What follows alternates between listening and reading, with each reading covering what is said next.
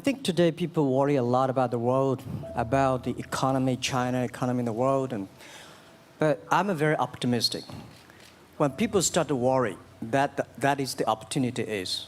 Right? I worry about the blood testing, and she created good things. And I think great innovations, great companies always happen in the tough times. Life's like the music. You have up, you have a down, you have a long, you have a short notes. And I like your American movie. Life is like a box of chocolate. You never know what you're going to get, right? So I'm pretty optimistic.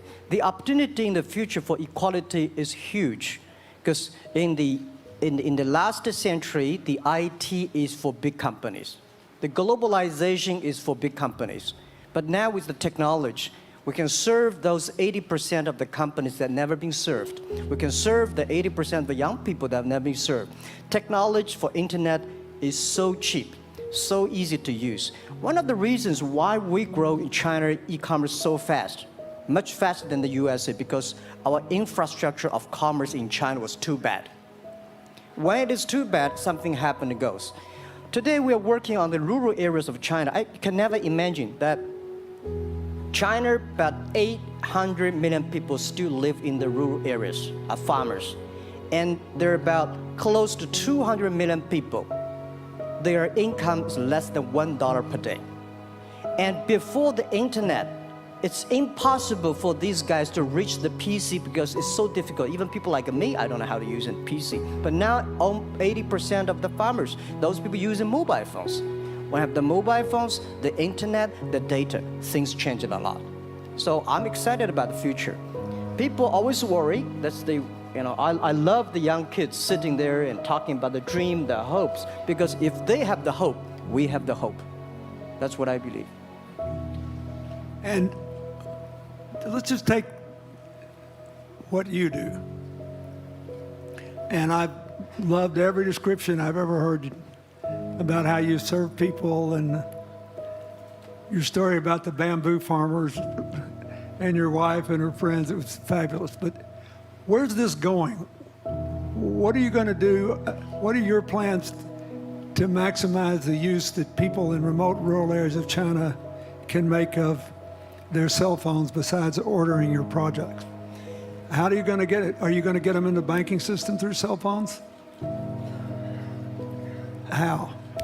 Well, we never know that we can grow so fast. In the past 5 months, we covered 4,500 villages. And these people, normally they use in very traditional way. It took them like we went to a rural area. It took the farmers 2 hours to walk to the downtown in the middle of the town and buy things. But today, because the mobile phone, and we can deliver things to their home, to their village within 72 hours. I remember last week I read a very interesting thing. This is amazing. There is a girl, she told me a story. She said her grandfather, 92 years old birthday, and for his life, he always wanted to try one Western style food. But he lived in the rural areas. There's no such restaurant food. So she said, I tried on the internet, book a restaurant dinner for Western food, delivered to that village. And they finally immediately find one restaurant. There are 3 guys. They took like a 3 days bus from Shanghai to that village, made an Italian spaghetti and a beef for them for this 92 years old birthday. And whole village was excited. Everybody said, wow, you can order food, Western style food. So buying almost everything. And also we're helping, there are a lot of farmers, they plant a lot of apples, great apples. But 90% of the apples rotted because there's nobody buy them. They normally buy by track. If you sell the apples, they sell whole track. And using the traditional way, they can sell by whole basket of the apples. But now, because of the internet, they sell by one. Each apple, they sell $1. or 1 RMB or 2 RMB for each. So the farmers see using internet, they can buy and sell using the mobile phone. That changed their lives. And I think it's exciting. And people need examples when they see, well, my neighbor made money through online to selling things. My neighbor buy much interesting things online. People start to learn, and more people start to buy the mobile phones.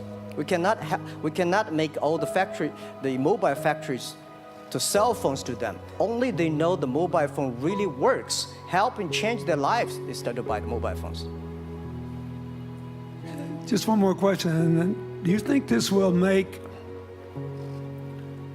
the current problems like the current problem in China less likely? That is, if we'll have more market information and the market will drive where the investment goes, instead of the government trying to make judgments about, I better build another housing development or office development here, there, or yonder, and you wound up with a bubble. Well, if it comes from the bottom up, is it more likely that fewer bad things will happen?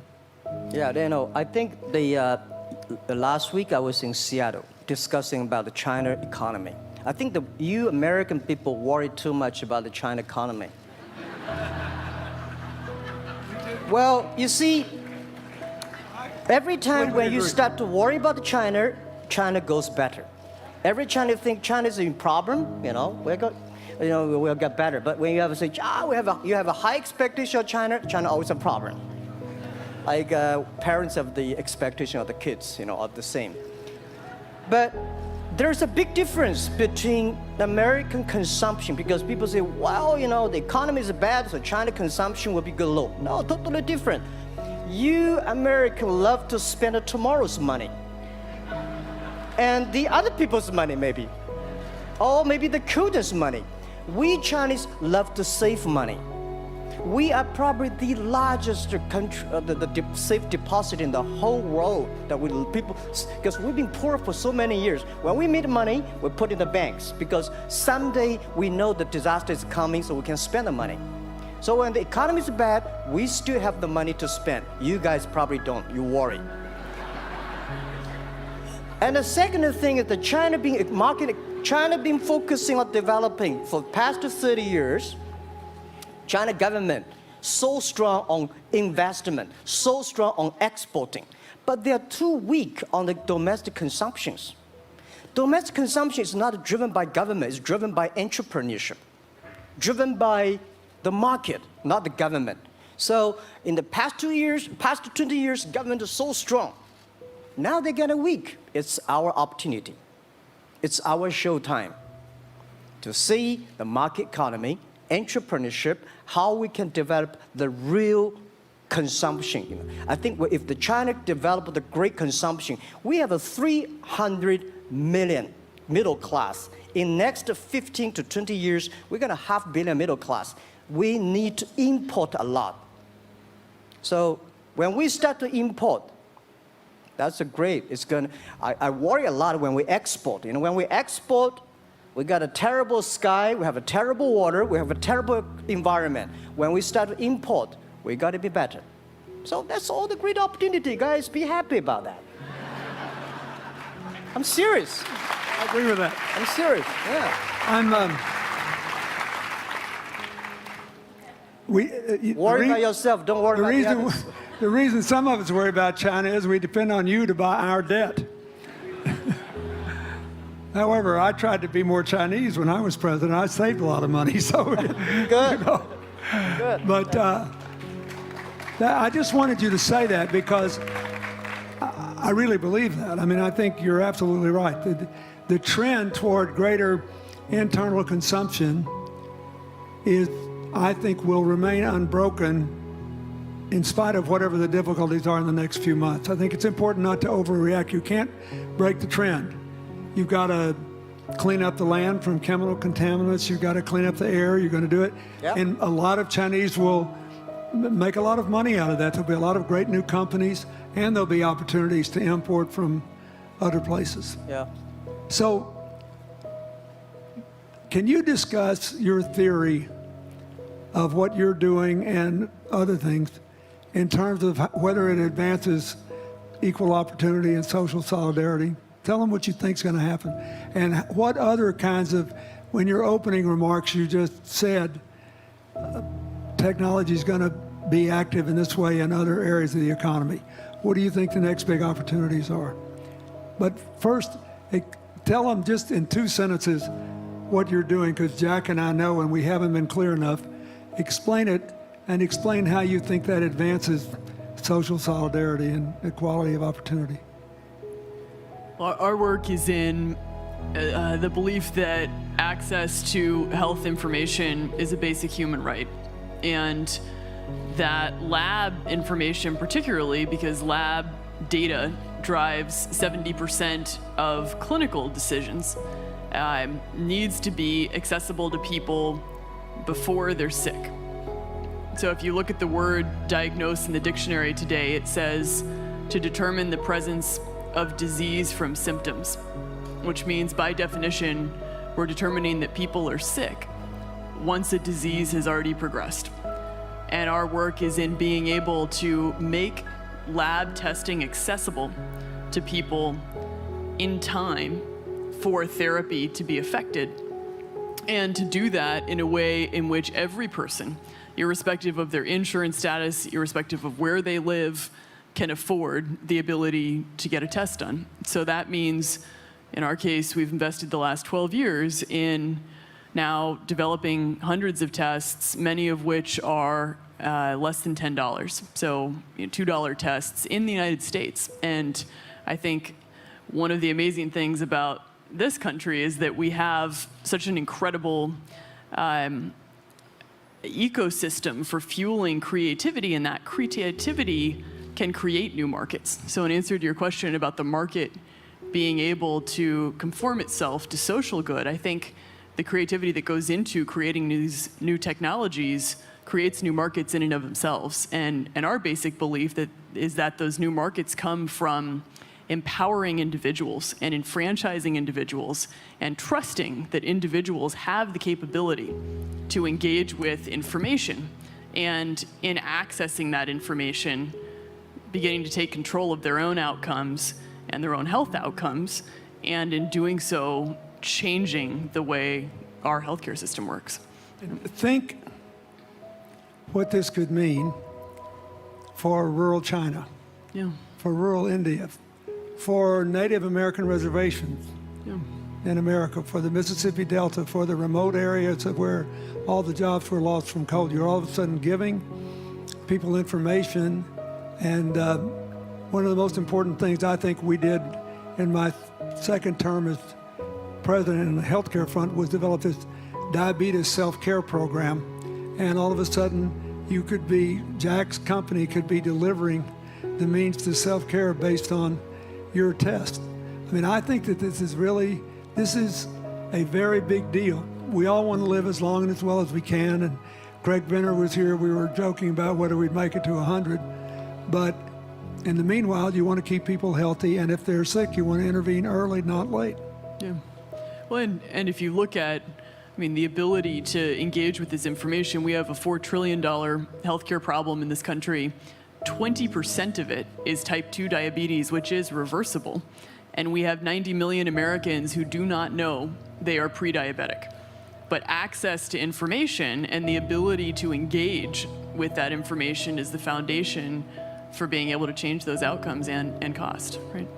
One more fact, and then I want to call on Jack. You founded this company 12 years ago, right? Yeah. Tell them how old you were. I was 19. So,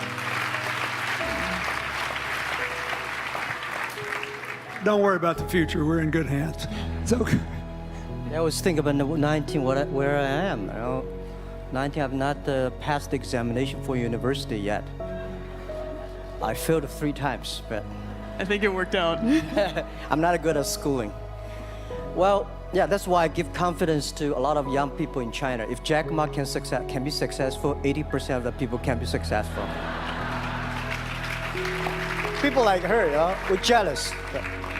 Well, equality, I would like to make a little bit technology helping, because yesterday I was joining the UN Women Conference about gender equality.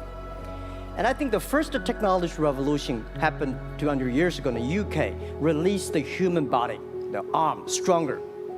The second technology revolution in the USA for energy, you can last long. But this technology of revolution release the brain. So this century is not a competition who is stronger, whose muscle is stronger. It's who is smarter, who is soft, who can listen. It's the challenge of wisdom. So man and woman are equal. On the internet, you can never see he's a woman or man. And on the internet, women can serve much better than men on the internet. And a man talking about a business, talking about numbers, competition, they make business very cold. Women, they make business very cozy, lifestyle, and interesting.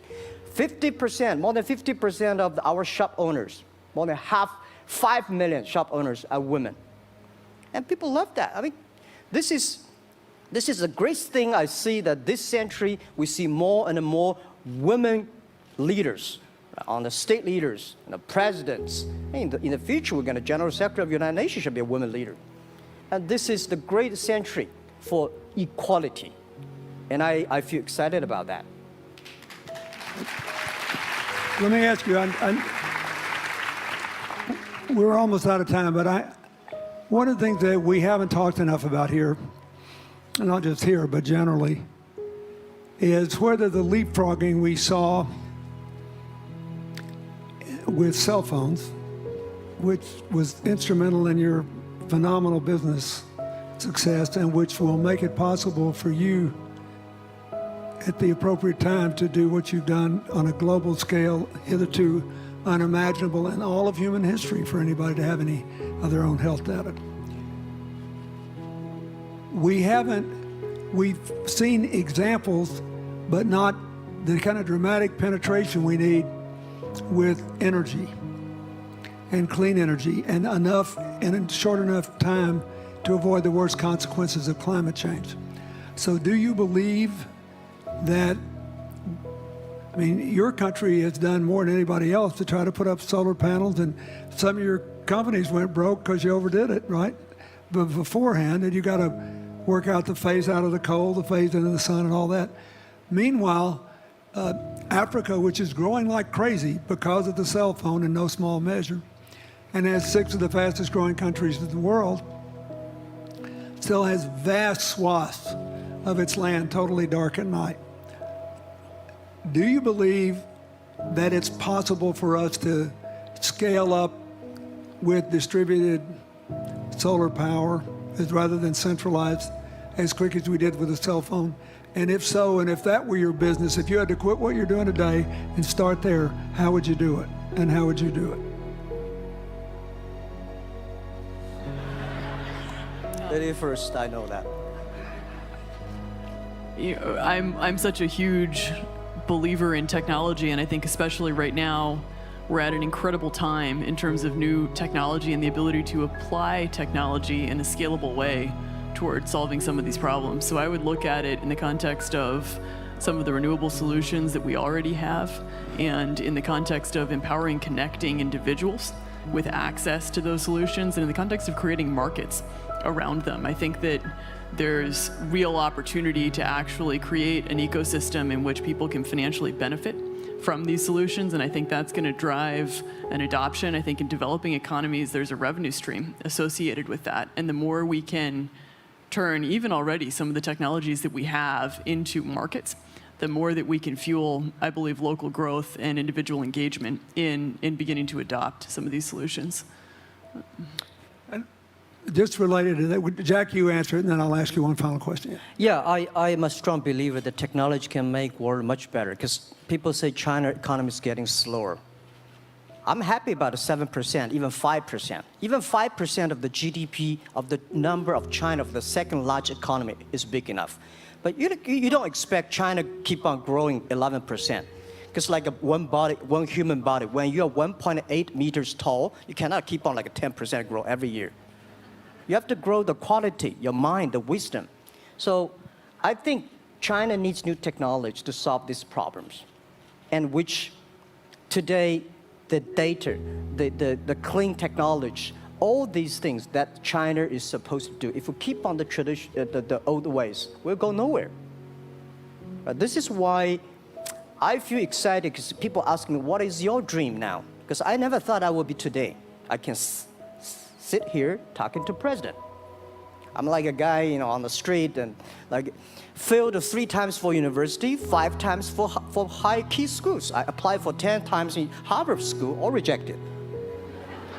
I never thought, because of the technology, because the internet give me this opportunity. So I'm think when I retire, I don't want the Chinese people have a terrible water to drink, unsafe for food, and the money we make all spent in the hospital. That's disaster. So how we can using the technology to enable young people, the great chance of this world, don't worry about it. We got 1.4 billion people who were born in 1980s. They are the people of the internet times. They are going to have new ways to solve the world problems. The things you are worried about today, they can solve it. And human beings have these kind of worries for centuries. And young people can always solve it. And today, when you have a right direction, clean energy, the climate change, all these issues, they will be solved, and these are the great opportunities ahead of us. Anything else? I agree with that. I think the more we can enfranchise people, the more we can create ecosystems in which individuals are empowered, the more we give rights to individuals to be able to build businesses, to be able to pursue the economic benefit of technologies, the more you see these markets change. Before they leave the stage, I want you to look at them. And I want you to think about the time we have had to spend here dealing with the refugee problems in Syria and Lebanon. Stand up, Elias. This is my friend Elias Bousab. He is the education minister in Lebanon. He's got to educate all these kids. And so he left a miracle that very much reflects the lives that Elizabeth and Jack have lived. He was in a very responsible position at the American University of Dubai. They started bringing American scholars over there to live in an Arabic culture. He did all these wonderful things. Lebanon got in trouble. He went home to save his country. What is the difference? How much more could he and every smart Lebanese person do if they could focus on these things? And why can he not? Because the place is dominated by people who think their differences are more important than their common humanity and their common challenges. You cannot imagine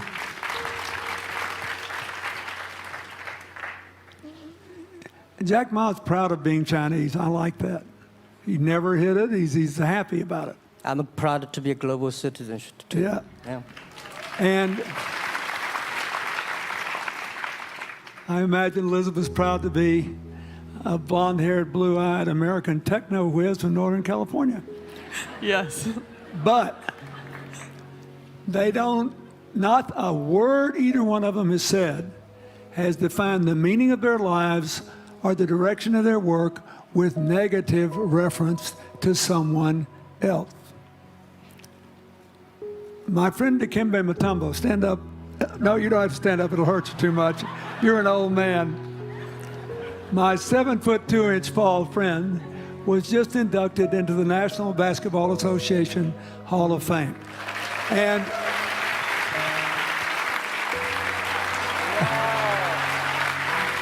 he, my family, my whole family loves him. And I have seen how much he has given back to his native country, Congo, which has been so troubled. I've known him a long time. We both went to Georgetown University. I did before he was born, I think. I've never heard him say a resentful thing about anybody. I have seen him give and give and give, and try to give the people in his native land opportunities.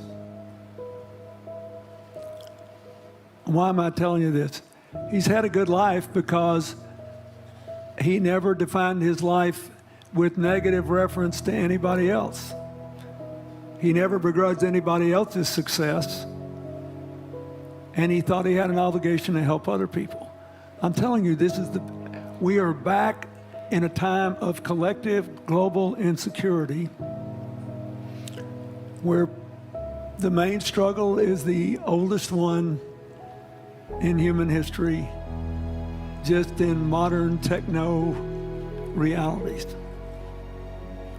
I mean, if you were trying to build the Middle East, you would think about our permanent sponsor here, the ambassador from Oman, who her government tried to help head off a calamitous war in the Middle East over the nuclear issue in Iran. We all pray to God that it'll work out all right, and the lead she made. You look around all these places, wherever people are putting aside their differences and working together, good things are happening. We cannot achieve economic or social equality without living in the factual realities of the world we face, looking at the obstacles, looking at the opportunities, making the best decisions. And those of us who even feel good about ourselves because we think we spend a lot of time giving, our whole goal should be to work ourselves out of a job. One of the things that Bill and Tanny Austin are sitting there with Starkey, they started giving away hearing aids, and then they decided, well, we better teach these young people how to speak. If they get the gift of hearing, they'll have to learn that. So they got into the education business. Sonny Varkey got into the education business and decided somebody ought to do something really dramatic to remind people that the only people that really matter are the teachers. So he gave the first Global Teacher of the Year award last year, and an international panel gave the prize to a teacher from Maine who promptly gave the entire $1 million to her school. The woman never made any money in her life. She gave all the money away immediately. The future is going to be forged by people who think of how to use the modern tools that we are given, as Elizabeth and Jack have, to create opportunity through empowerment. And it will not be a straight line. It's too many moving parts.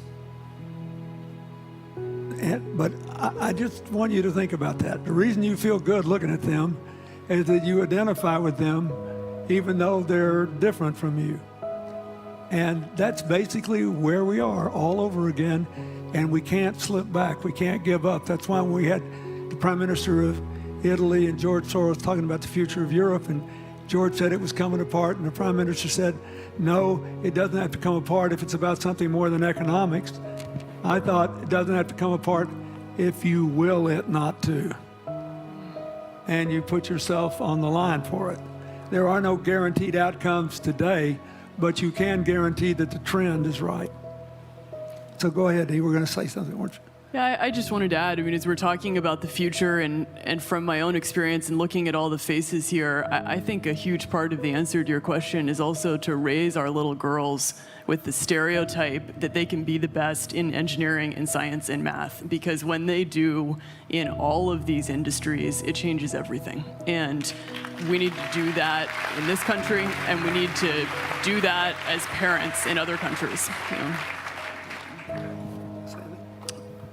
Yeah, I was thinking about if what you say. I think about when you talk about problems, you normally, it's like a politician. When you talk about opportunities, that the business people, I was thinking about how we can using all the problems that change the problem become the opportunity.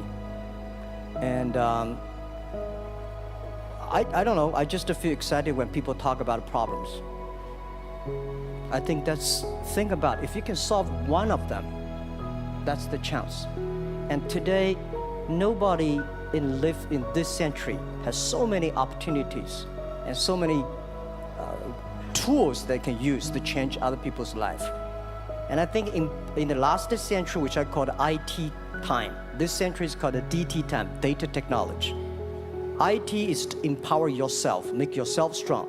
DT is to empower the others. When you empower the others, you empower your future, yourself. So when I listen to you talk, I agree, and I think that's why we were born in this century. That's why how we can use the internet to help more people. Let's give him a hand. Thank you.